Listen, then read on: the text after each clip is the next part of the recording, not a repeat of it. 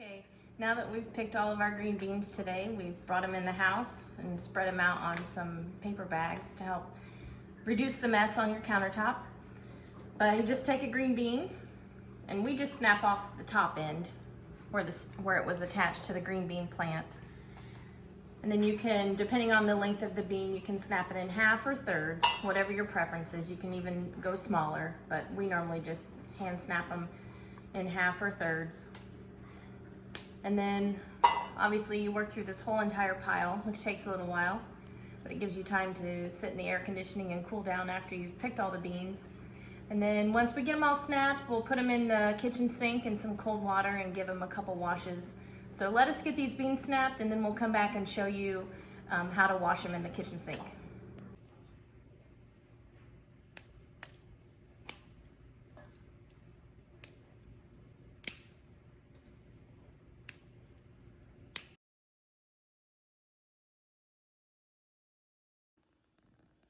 Okay, so we've got all the green beans snapped and we like to put them in the kitchen sink in some cold water. And I like to just toss them around and it helps get the dirt off of them. Do that a couple times, drain the water, fill it up again, toss them around again. I do that 2 or 3 times just depending on how dirty the beans are. If we've had a rain and they may have some mud on them. So just do that a few times and then I like to transfer them over into the other clean sink to get ready to start stuffing in jars.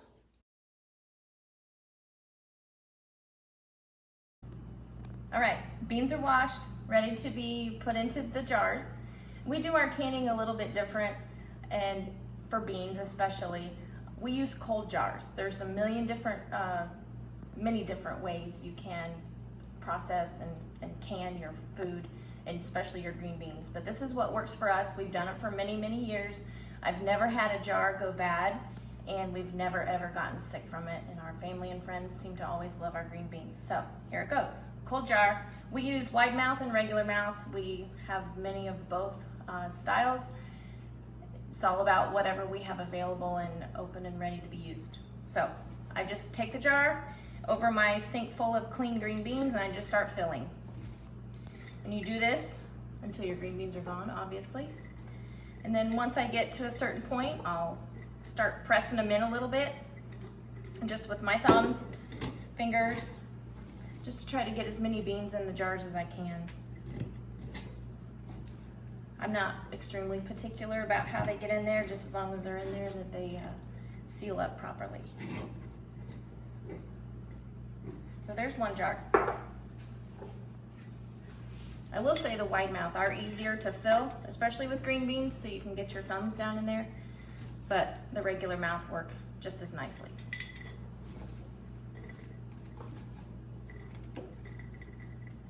I like doing it over the sink of the clean green beans. That way if you make a mess, they just fall right back into your pile and are ready to be used. You could probably use a canning funnel, but I just find that it gets in my way, so I don't even bother with it. Not with green beans anyway. Other items, yes.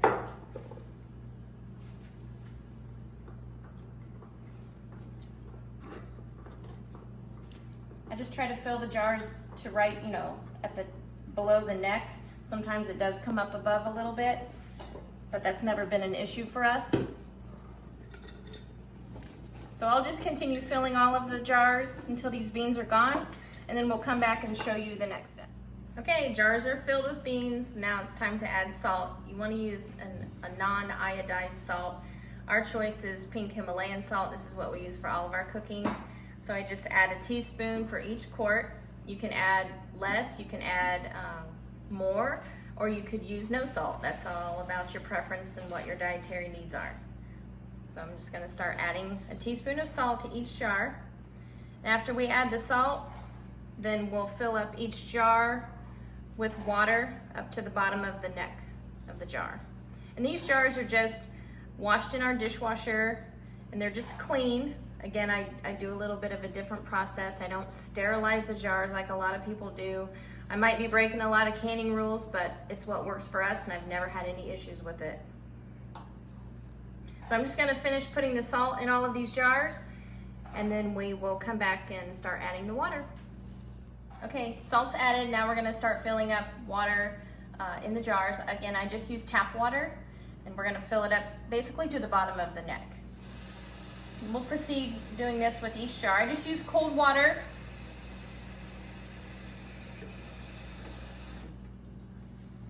And we'll go ahead and fill all these up, and then we will put the lids and rings on and proceed to the canner next. Okay, water's added. Now it's time to put on the lids and the rings. Again, I may be breaking every canning rule out there, but I just get them out of the box and use the rings, which I've run through the dishwasher when I do a cleanup after they're used, and I put everything on cold. So here it goes. I really don't even bother wiping off the rim of the jars because with green beans, it's pretty clean, and water is water. It doesn't really affect how our jars seal. I've never had a jar of green beans not seal. But you just want to tighten them fingertip tight. You don't want to crank them down. My husband has cranked them down before, and then the lids pucker in the pressure canner, so I usually boot him out of the kitchen for this part because he's too strong and mighty.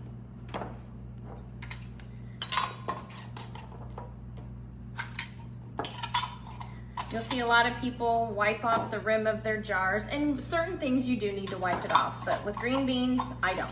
That's my preference. You can do as you please. If you want to follow all the canning rules, have at it.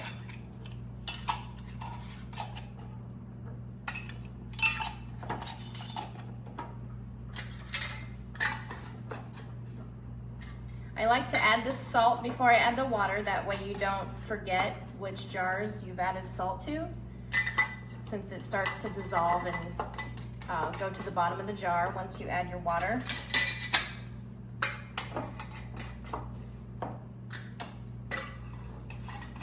The jars become clean and sterile in a pressure canner. So that's why I'm not obsessive compulsive about sterilizing and making sure everything's hot.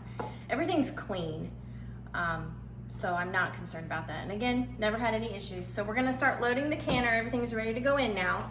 This canner holds 7 quart jars on the bottom and 7 quart jars on the top layer. But let's put in the first layer. I'm just gonna go ahead and do all the regular mouth jars, just because. Some people will say that your jars shouldn't touch. This canner, it's not really possible. This is an all-American canner, pressure canner, and I love it for the reason that I can do 14 quarts and not just 7. So I'm gonna add in a little bit of white vinegar. I would say half a cup to a cup. I really don't measure, I just pour it in till I think it's good. The vinegar helps your jars from clouding, and it also helps keep your canner clean. Now I'm gonna add in the water. And I bring the water up about halfway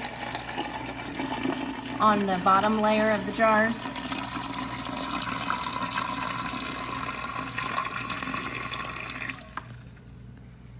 And even if I was using my other canner, which just allows for 7 quarts to be canned at a time, I do the water the same, whether in my double decker or whether in the single layer.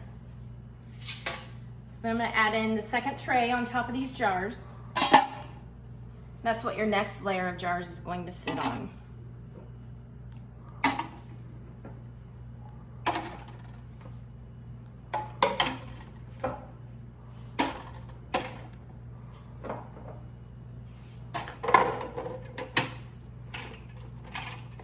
And just space them out a little bit. Again, they are touching a little bit just because the canner doesn't allow for the space. But it's made that way and it's worked. Never had any problems.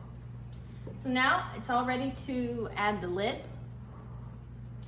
This canner doesn't have a rubber seal like a lot of them do. So there's an arrow on the lid. I'll just line it up. The arrow matches this notch. Kind of level it out.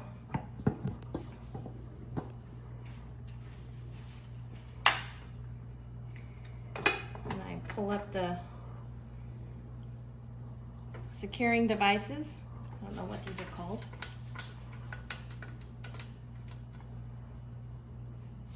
Again, I don't crank them down because I've had an issue, again, where my husband's been in the kitchen and tightened these knobs on the canner and I can't get them undone. So just snug them up.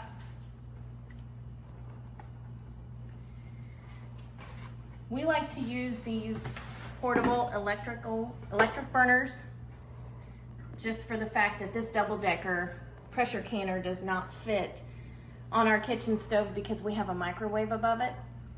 So I just use it here on the island. So with green beans, the recommendation is 10 pounds of pressure for 25 minutes. And on your pressure canning weight, you've got 5 pounds, 10 pounds, and 15 pounds. So you wanna find the 10 and set it on the spout on your pressure canner. And I just turn the heat on high and get it, that allows it to heat up and bring the pressure canner up to pressure. Once it reaches 10 pounds, it'll start spittering and sputtering. And then at that point is when I set the timer for 25 minutes. And we'll be back to show you once it reaches that point.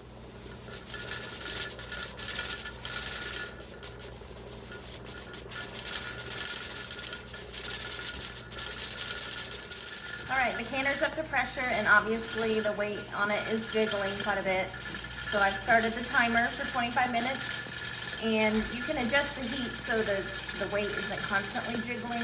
You don't want a really fast jiggle. You kind of want it to stop like that and then it'll start again as needed. So we'll just listen to this for the next 25 minutes. All right, 25 minutes is up and the pressure we've allowed the pressure to naturally die down back to 0.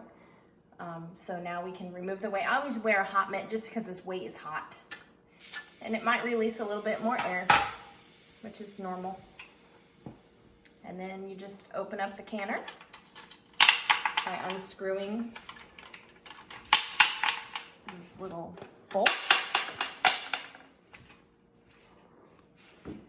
And always open up a pressure canner away from your face. I just set the lid in the sink just because it's really hot. And you use your jar lifter to get your jars out. And I just set them on a towel, or these are some placemats that I have extra in the drawer. I usually let them sit out here to cool for 24 hours, depending on what we have going on and how much countertop space I need.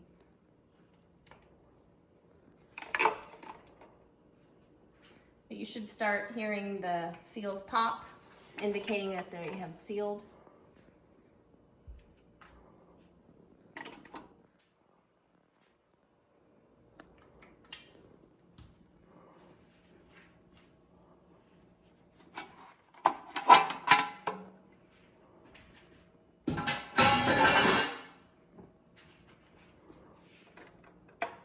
Just get the bottom layer out.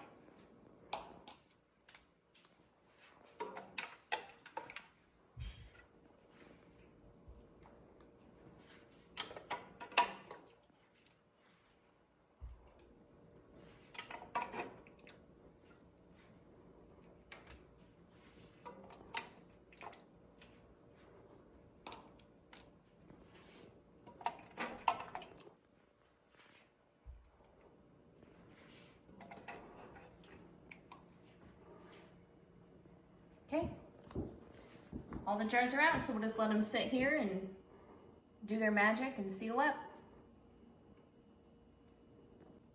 So thank you for taking time to watch our video on how to can the green beans. We picked them. You got to see us do the breaking, the washing, and put them in the jars and stuff. So as far as the canner, there's several kinds of canners. We'll do a separate video and showing how this canner is different than some of the others. And there's a little bit of maintenance that you do to take care of it. But we appreciate it. So thank you, subscribe, and there's more to come. Take care.